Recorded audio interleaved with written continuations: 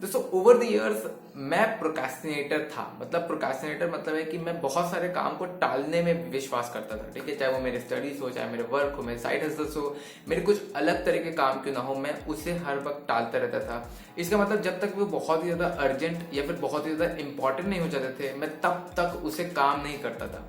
तो ये जो हैबिट थी, मेरी जो बैड हैबिट थी ना, ये मेरे को बहुत ज़्यादा कॉस्ट की है अगर मैं प्रीवियस 2-3 ईयर्स के पीछे देखूँ। बट ओवर द ईयर्स मैंने बहुत सारे इसके बारे में सीखा है और मैंने ये बहुत ज़्यादा रियलाइज़ किया है कि मैं प्रोक्रेस्टिनेट करते करते मैंने अपना बहुत ही प्रीशियस इंपॉर्टेंट टाइम को वेस्ट किया है।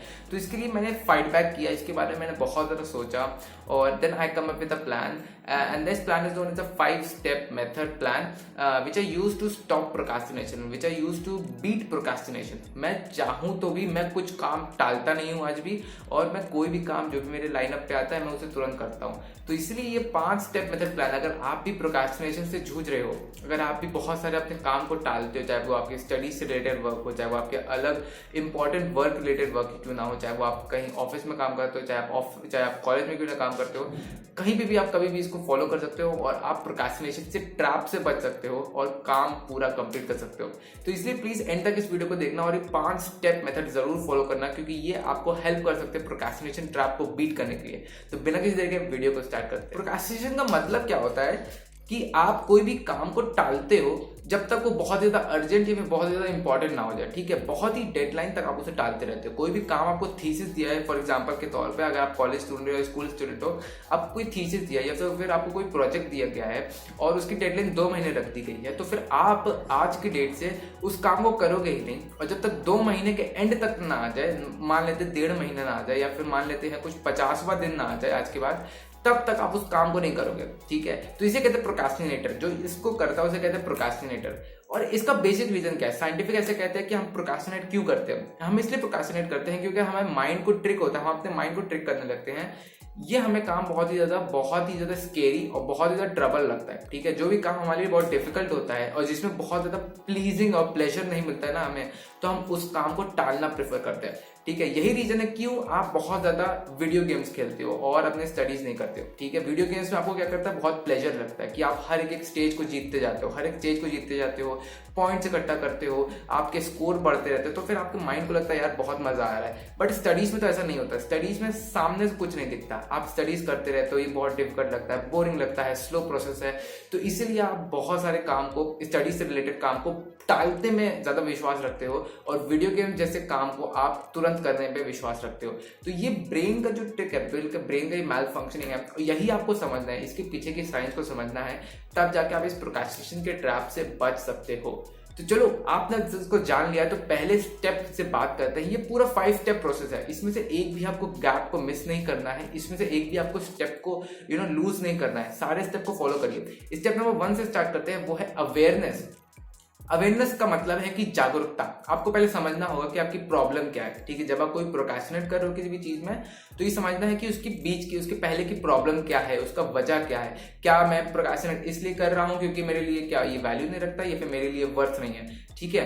तो इसकी प्रॉब्लम को समझो। मान लेते हैं फॉर एग्जाम्पल, मैं पूरी तरह से एग्जाम्पल से समझाऊंगा। एग्जाम्पल लेते हैं, कॉलेज में आपको कोई एक प्रोजेक्ट मिला है, ठीक है, 20 पेज का प्रोजेक्ट है और वो आपको करीबन कुछ या तो आधे हफ्ते में या तो फिर 1 हफ्ते में कंप्लीट करके देना है उसे, ठीक है। तो फिर आपको पहले प्रॉब्लम समझनी होगी कि मैं क्यों प्रोक्रेस्टिनेट कर रहा हूँ, मैं 1 हफ्ते तक क्यों प्रोक्रेस्टिनेट कर रहा हूँ। क्योंकि मुझे वर्थ नहीं लग रहा है इसलिए, और ये क्या इसलिए क्योंकि मुझे ये बहुत ज़्यादा स्कैरी लग रहा है या फिर बहुत ही ज़्यादा डिफिकल्ट टास्क लग रहा है। क्योंकि कम ऑन, एक प्रोजेक्ट को कंप्लीट करना किसके लिए बहुत ही अच्छा टास्क है, कि कोई प्लीजिंग टास्क नहीं है। इसलिए सब लोग, मैक्सिमम 90% लोग, सब लोग प्रोक्रेस्टिनेट करते हैं सब चीज़ें काम करना। और इसीलिए आपको ये प्रॉब्लम को समझना जरूरी है। प्रॉब्लम क्या है, ये माइंड हमारे ट्रिक करता है कि ये हमारे लिए बेनिफिशियल नहीं है, ये हमारे लिए बहुत स्कैरी है, ये हमारे लिए बहुत डिफिकल्ट है, ये हमारे लिए बहुत प्लीजिंग नहीं है। तो इसलिए आप इसको टालते रहते हो। मेरे लाइफ में 2 तरह के टास्क होते हैं। पहला टास्क होता है बिग एंड स्कैरी टास्क, दूसरा होता है स्मॉल एंड बोरिंग टास्क। तो हम यही दोनों टास्क को प्रोक्रेस्टिनेट करने के बारे में सोचते हैं और हमारा माइंड इसी सब चीजों में प्रोक्रेस्टिनेट करता है। तो पहले बारे में बात करें तो बिग एंड स्कैरी टास्क। जो बहुत ही डिफिकल्ट लगते हैं हमको टास्क, हम उसको बहुत ही बड़े काम लगते हैं, ठीक है। जैसे कि एक थीसिस प्रोजेक्ट बनाना जो कि 50-60 पेज का होता है, या फिर कोई प्रोजेक्ट बनाना कॉलेज का, या फिर अपने ऑफिस में अगर आप काम करें किसी और के लिए काम करना। तो ये जो बड़े और स्कैरी टास्क होते हैं हम उसको टालने की कोशिश करते हैं। और सेकंड, स्मॉल और बोरिंग टास्क जो हमको ज़्यादा प्लेजिंग नहीं लगते, जो हमको प्लीजिंग नहीं लगते और जो हमको ज़्यादा प्लेजर नहीं देते, उस टास्क को हम प्रोक्रेस्टिनेट करना ज़्यादा प्रेफर करते हैं। तो यही आपकी प्रॉब्लम है कि इसको समझिए कि आपका टास्क कैसा है। तो इस प्रॉब्लम को आइडेंटिफाई करिए, इस प्रॉब्लम को लिखिए, डिस्क्राइब करिए और फिर आप स्टेप नंबर 2 पे बढ़ सकते हैं। स्टेप 2 है डीकंस्ट्रक्शन।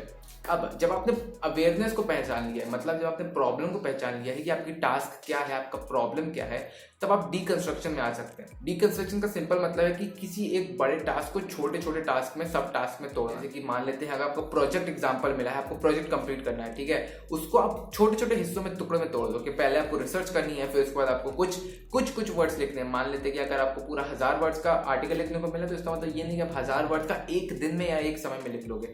छोटे छोटे विन से आप इसको शुरुआत करो, ठीक है। छोटे छोटे टुकड़ों में तोड़ो, हर एक बड़े टास्क को, बड़े बड़े चंक को छोटे छोटे चंक्स में तोड़ो, छोटे छोटे टास्क में तोड़ो, तब जाकर उसको कॉन्कर करने लगो, ठीक है। और छोटे छोटे टास्क में जो तोड़ोगे ना, वो भी इजी टू अचीवेबल टास्क होने चाहिए, ठीक है। तो यही हमारा माइंड मिस्टेक करता है कि हम बड़े बड़े टास्क को अचीव करने लगते हैं, जिसकी मदद से हम प्रोक्रेस्टिनेट करते हैं और हमारे माइंड को लगता है काफ़ी डिफिकल्ट है तो इस पर छोड़ देते हैं, यार क्यों फालतू इसमें टाइम वेस्ट करना। बट एक्चुअली में अगर आपको कोई अचीव करना है, कुछ बड़ा कुछ अचीव करना है, तो ये याद रखिए, हमेशा उसको डिकंस्ट्रक्ट करिए, प्लान करिए, ऑर्गेनाइज करिए, शेड्यूल करिए, उसके बारे में लिखिए कि आपको कैसे उसको अचीव करना है, तब उस पर सेट आउट होइए और उसको अचीव करिए। स्टेप नंबर 3 आता है प्लान क्रिएशन। अब आपने अपने प्रॉब्लम्स को समझ ली है कि कौन सा बड़ा टास्क है, कौन सा छोटा टास्क है, कौन सा डिफिकल्ट है, कौन सा प्लीजिंग टास्क है। आपने सेकंड स्टेप में डिकंस्ट्रक्ट भी कर लिया है किसी बड़े टास्क को छोटे छोटे टास्क में तोड़ने के लिए।